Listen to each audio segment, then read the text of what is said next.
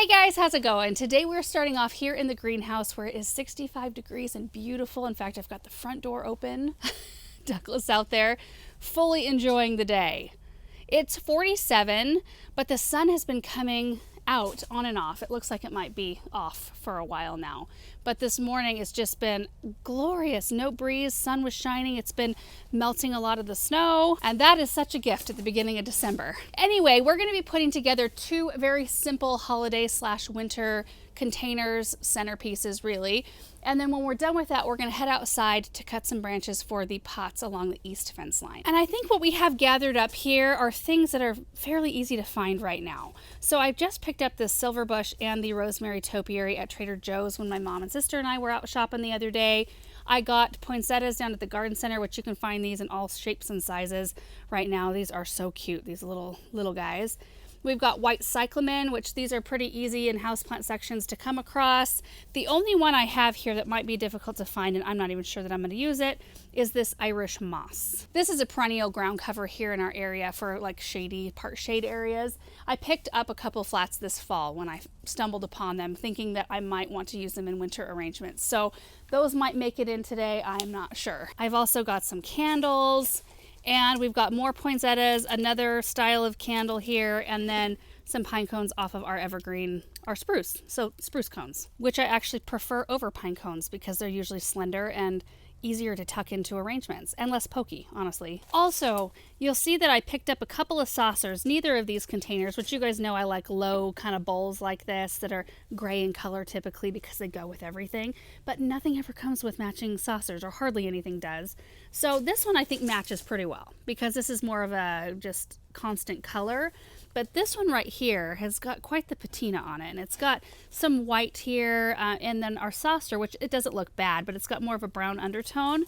And I thought I might come along with some of this white paint and dab it on this saucer to try to make it look a little bit more like this. I don't think it's really that necessary, but I might try it. Also, the other thing I've been doing is cutting little pieces of PVC pipe to act as risers for our candles because I didn't have any candles that were tall enough for this pot. So I thought, what in the heck can I use out here other than like a tree branch that's a little bit more consistent than a tree branch and won't take up much root room in case we want to plant some stuff. So I'm going to play around with that. We'll see how that goes. All right, so let's get started and see how these containers come together. Okay, so the first thing we're going to do is address our saucer situation right here. I hope this goes well. I did this recently-ish for a topiary myrtle. I think it was maybe last winter actually. I didn't have a white saucer that matched the white container that I bought for it, so I did kind of it was more of a complete coverage almost, but it looks really good, and I've not even really noticed that it's different than the pot. So I think the most important thing is not to have too much paint available, like globbed on there. Start small and work up from there. Just want it in like a couple spots.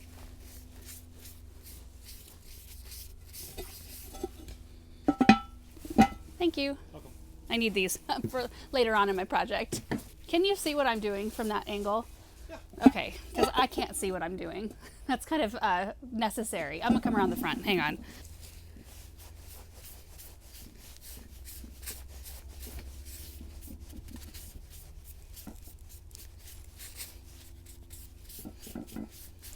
Yeah, I think that just mutes it just enough to where it won't look like such a stark difference. Am I blocking the view from standing up here? Oh, there's still some tag on there. Hang on.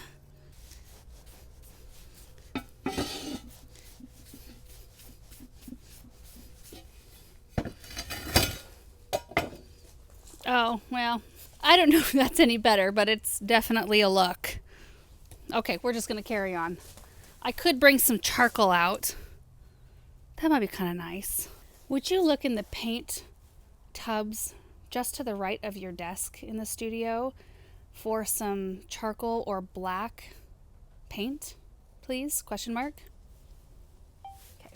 In the meantime, we're just going to plant this up. So I've got some potting soil right here. Ugh.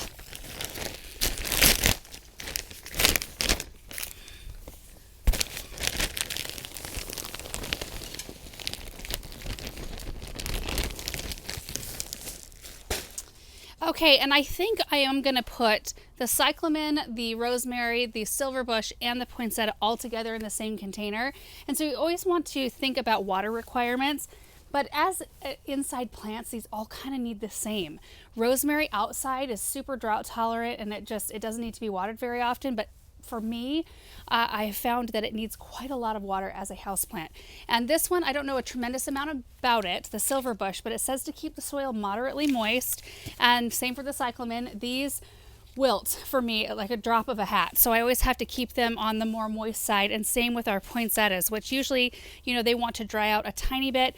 I might start by just sinking this one down in its own pot down into the soil, and then it's got this little wick, this moisture wick thing, so it can drop as much moisture as it needs. So we might start it that way and see how it does, but I think we should start with our tallest plant first, kind of our centerpiece plant for our centerpiece. Smells so good. Okay, it's a little bit root bound, so I'm just going to rough the roots up a little bit. Okay, pick the best side. And this arrangement is going to be one that has a little bit more of a back to it. I want the centerpiece plant to be not like right in the center of the plant because I'd like to be able to fit more stuff around it. Okay, I think that might fit. Yeah, it fits nicely. Okay, and then I'm going to make sure to pack in soil all the way around the root ball. And there is a little bit of a barrier on this side as well. Like I don't put the root ball straight up against the side of the container. I do sometimes, but not today. So that's nicely tucked. Let's come in with this one, the silverbush, next. And this is a type of Calocephalus, which I don't know a tremendous, like I said, amount about, but it's a zone 9 through 11, so definitely a house plant for us.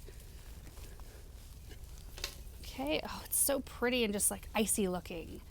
I'm gonna tuck our soil in around the root ball again.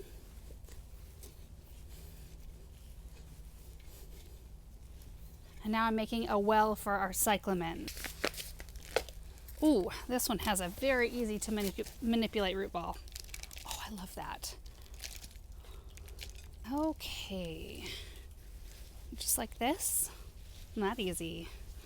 I'm gonna come around and see what it looks like from the front real quick. Gosh, I have way more space up here than I thought I was going to. That is pretty. But that is, oh, no, I like this one better. If you wanted to stay a little bit monochromatic, this is definitely pretty, but I feel like when you put a white poinsettia up next to something that's actually bright white, it can make those look a little bit dirty, like a dirty white. So that I think is really pretty. So I'm just making a little well for the pot, and the pot just sinks right down in there. Oh my goodness. Isn't that pretty? This is a intermediate laser synchro white cyclamen. You guys, I think I'm gonna try this. We can always pull them out because they're just in their pots, but I think we might bulk it up a little bit here.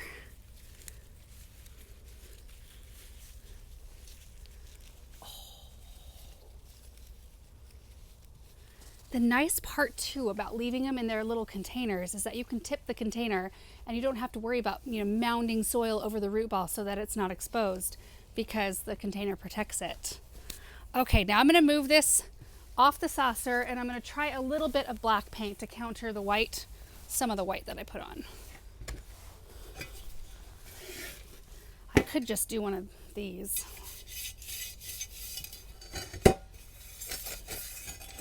don't know if that'll stain it good enough or...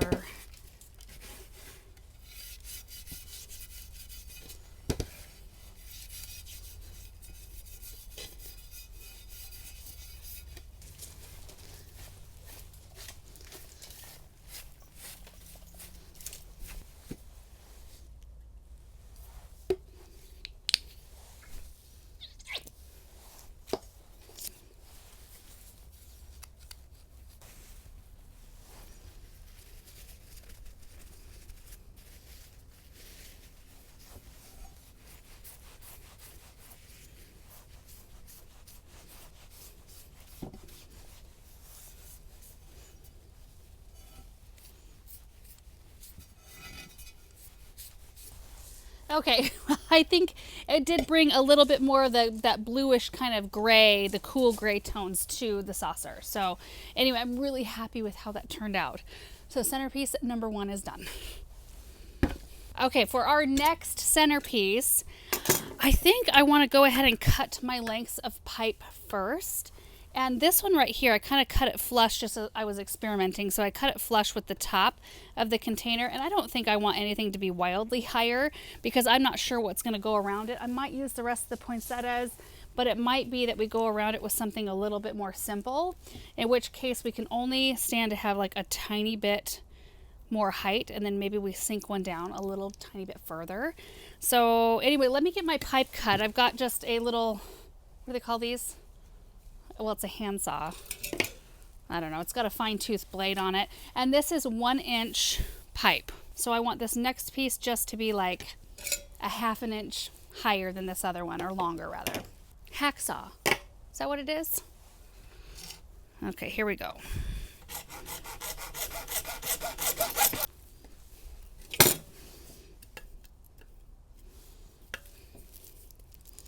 Get one like this. Like this.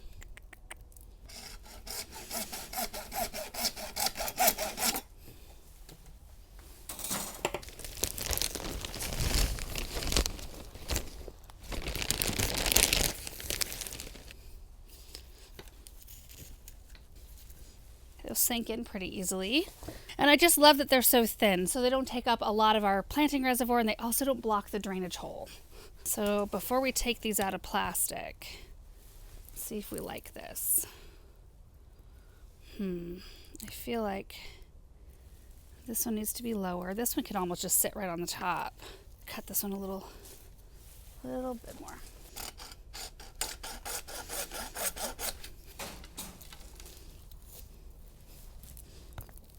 Yeah, that's about right.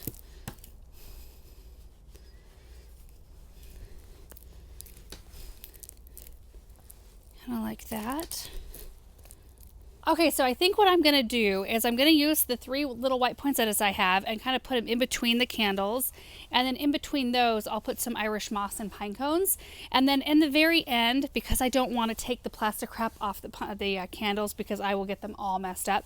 In the end, I will unwrap the candles. And what I think I'm going to do is just, if you kind of press down on them into the PVC pipe, they'll nest themselves in. And I have the lighter out here, so I can even melt the bottom a little bit to kind of help get them stuck on. But this is going to be in the middle of a table where it's not going to be touched or probably not ever bumped or anything like that. So I'm not really worried about the candles toppling off. Plus, I mean, unless you're messing with it, they're pretty secure. Yeah. Okay, so I'm just going to get this thing all planted up. Again, leaving the poinsettias in their containers.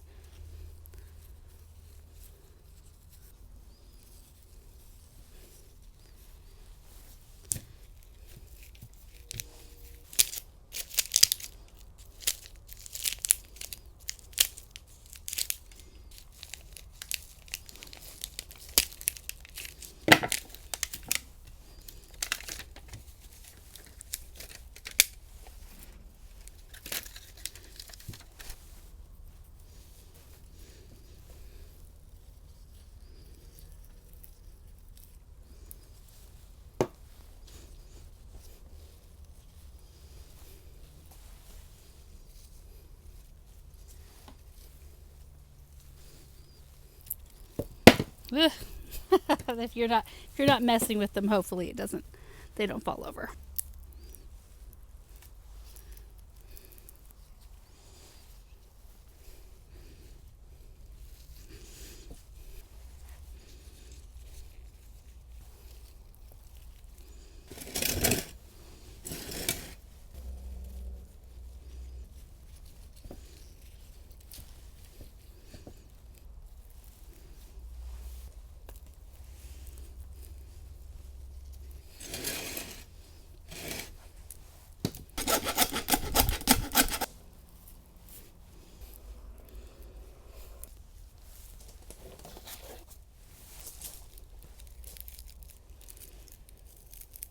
Oh, I think it turned out pretty, you guys, except for I need to clean the whole thing up and my whole area up here.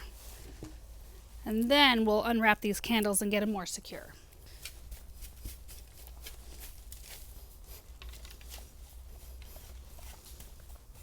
I am going to use some quick grip all-purpose permanent adhesive instead of trying to melt the candles and have them stick to the PVC. I think this will work out pretty well.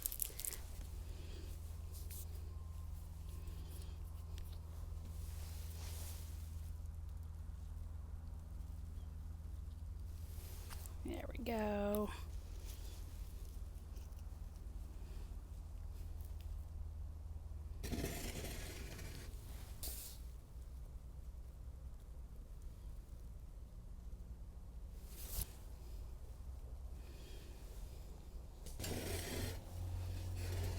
You know what? I wonder if this would look better without the poinsettias. I'm gonna try it. You could just as easily use sheet moss for this as well. It wouldn't look, quite as fresh as this one does, but it's definitely easy to get your hands on as an alternative.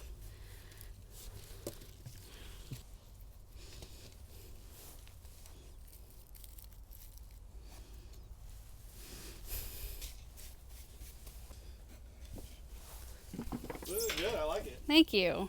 Well, this one I had 3 white poinsettias in around it, and I was like, you know what? How you look look clean. Yeah, I like it. Looks great. Thanks. Done. Ta-da. Ta-da! Voila! I really love how both of these turned out, and they're so different. One that's just chock full of plants, and it's so beautiful and so soft looking. And then something that's still chock full of plants, but this looks much more clean and a little bit more modern, a little less fluff, which, sometimes you want this and sometimes you want that. They're actually really pretty together. I'm wondering, maybe I should plant one more little thing to go in front of it, maybe the white poinsettias, and we do a little grouping. I intended the candle one to go in the Hartley as the centerpiece right there, and I don't know that the table is big enough to hold 3 things, but that sure would be pretty, wouldn't it? And again, the nice part, if we decide that we want to pop something out, it's really easy to do that. Things just nest really beautifully, and they can still wick water up as they need it. Really nice. Now, I'll come back out later. We'll go put this in the Hartley, and then I'll come back out and light the candles once it's dim enough outside. I could light them now, but I don't think it would be very effective. I also kind of want to find a little branch to put in here. I think that would add a little bit more movement through the arrangement. So I'll work on that as well. In the meantime, I think we should head out and get those branches cut. I don't want to lose my opportunity. So I'm just going to let those chill in here for a little while until we have a chance to go place them. So these are the pots right here. I should probably check the soil, make sure I can even stick things down in here. Oh, they're pretty frozen. Duh. It's not supposed to freeze for the next 4 or 5 nights. I wonder if I cut the branches and just had them ready. It's supposed to be so close to 50 for the next couple of days, they might thaw out enough. Also, I just recently posted a little clip from one of our cameras of deer walking through our property, we have seen deer. I've seen a deer one time since we've moved in here, and it was right when we very first moved in, and I haven't seen any since. And there were actually 4. I think the clip only showed 3, but they have come through in the last couple of weeks twice, and they're coming from, it looks like down below, our neighbor's property that has all the grass around us. They come through, they hop that little short white picket fence by the pots that we were just at, and then they walk down our lane, just stay on the lane, and they go down to our neighbors where I think that they're eating all of the fruit, maybe. Because there's a lot of fruit still hanging on the trees and on the ground, and then they just waltz back through. They've never really stopped or eaten anything that we have seen so far, but you better believe we're going to keep a close eye out and make sure that I don't know if they're going to be frequent visitors at this point, or if they are just here for a short time and moving on. I don't know. They're kind of pretty though, and I know you guys that deal with them are like, no, they're not pretty. They decimate everything, but they are pretty. It's not too bad back here. And this is kind of what I'm thinking. From a distance, these look even prettier. They have more color. And I don't need anything super, super bright. I just need a little bit of a filler. back in here. Maybe there's some with a little more color. Erin and I are going to come through here and we are just going to hack back a bunch of this stuff. And I want it to grow back because things like the willow, they have better color, and dogwoods as well, on first year wood. So like this stuff right here is younger than, say, like that stuff right in there. See how much more brown it is? So once we come back and clean this whole area up a bit, then we'll have fresh growth next year and a heck of a lot better color, I think. But I think if we just come in and even do like 10 branches per pot, it'll be really effective and beautiful. How many did I just cut? Yeah, that's 9 right there. Yeah, isn't that beautiful? Okay, so 10 pots equals 100 branches. I've got 10 down, 90 to go.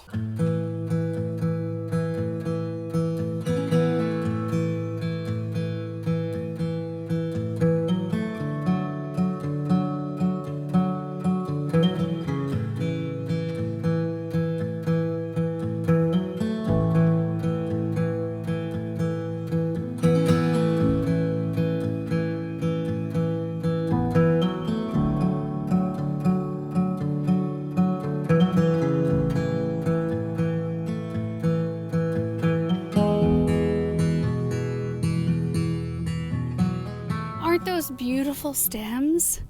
So we've got 100 of them in here, and I'd cut them all pretty long so that we had some flexibility. It doesn't look like we cut anything out of here either. My goodness. I got these in part of the way. I thought I would stop here just to see if I could get them any distance into the container. I think maybe I can push them further in. You could also cut them off a little shorter, but the longer you leave the stems, the better off they are because they'll stick in the pots better, you know, with wind and all that business. Oh, how fun is that? I might go ahead and try, see how far we can get, but that is 10 stems right there. Might want to nest them down like maybe up to about this area here. That is so pretty though, and free, which is amazing. Okay, here we go. Hopefully we can get them in most of the containers.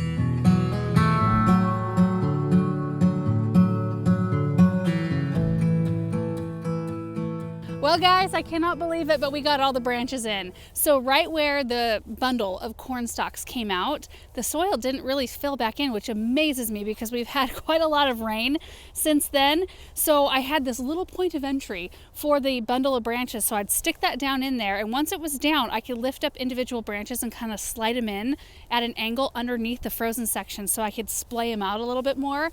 And while I feel like, you know, one, if they were a little more brightly colored, or two, if I had a few more in them, it would be more impactful, it's still exactly what I wanted. I just wanted a little filler in here for the winter so they didn't look flat. And honestly, I feel like if we puddled a little bit of lights, like one little strand of white lights at the base to kind of create a glow, well, that would be beautiful. And we've gotten some mileage on these pots now. I mean, I don't even remember the date we planted these. But you know, we've got a tiered planter in there. I created that cardboard terrace inside. You can't see it. That's why I went ahead with the cardboard. But I created a second layer so we could plant our Dusty Miller up higher, and everything's going really well. I mean, of course, they're a little weary when you get up close because of the cold, but when you stand back, it doesn't even matter. And it's been 18, or I think it's been a little lower than 18 so far. But we've got needlepoint ivy in there, and then our white kale, and then the Dusty Miller, and now our branches. All the way down, all 10 of the containers. They look so good. And this is one of the reasons why I went with the white kale as opposed to the purple. The purple, in fact, will walk that direction. The purple looks really good back behind the Hartley, but I knew in these containers I wanted it to look a little bit more Christmas-esque, and white just kind of brings that a little bit more than purple.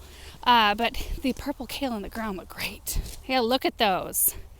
We've got a little tip damage on some of our boxwoods, so that'll be cleaned off in the spring, but the kale look great. I love it. Okay, last thing to do, and it's getting maybe dim enough to notice the candles, is to place our 2 arrangements and light the candles so you guys can see what it's going to look like.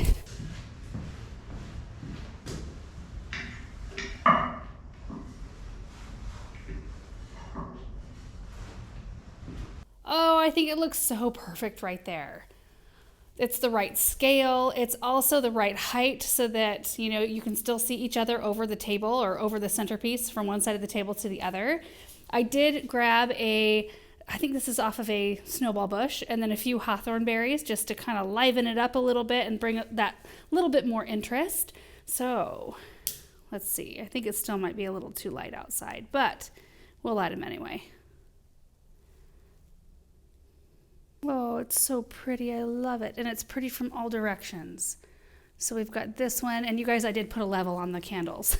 I went and grabbed a small level just to make sure that we weren't dealing with any tippage or anything like that. I do feel like I could use a few little berries right here for some color, but oh, it's so fun. I'll still try to pop out here this evening so we can see what this looks like when it is dark out. We do have lights on the tree, of course, so that kind of fills the space, and then there's lights on the evergreens on each corner of the greenhouse, but I think that this is going to add a little bit of extra sparkle, and you could certainly use battery operated candles. There's really nothing like the real thing though, so I prefer to use that if it works, and in this case it's great because it's, you know, protected, and I don't have to worry about them getting too cold in here too, because batteries start to not work quite as well when I use them outside. And these candles are so easy to get to. I can just pop them out whenever I need to replace them, or if I need to replace them this season. But I think I've got a lot of burn hours on these candles, so I think it should last. It's just a sweet little spot right there. I love it. Okay, now we got to go place the other one, which is going inside. I love the placement of this arrangement, and I'm so happy we went with that pink poinsettia because it goes with my chairs over here. That worked out beautifully. And it is kind of dim in here. Sorry about the lighting, but it's so pretty. I love it. I love having something right here. We've got our little Santa there. And I might bring in a little something right here. Coming together. And the fun part about this is I don't necessarily feel like it's Christmas because, you know, red poinsettias to me say Christmas. This one will last a little bit longer, I think, in my mind anyway. But I feel like the colors and textures here really complement one another. It's just a really pretty thing to put right here. And I think the plants will all be happy because they're right next to a window, so it's a nice bright spot.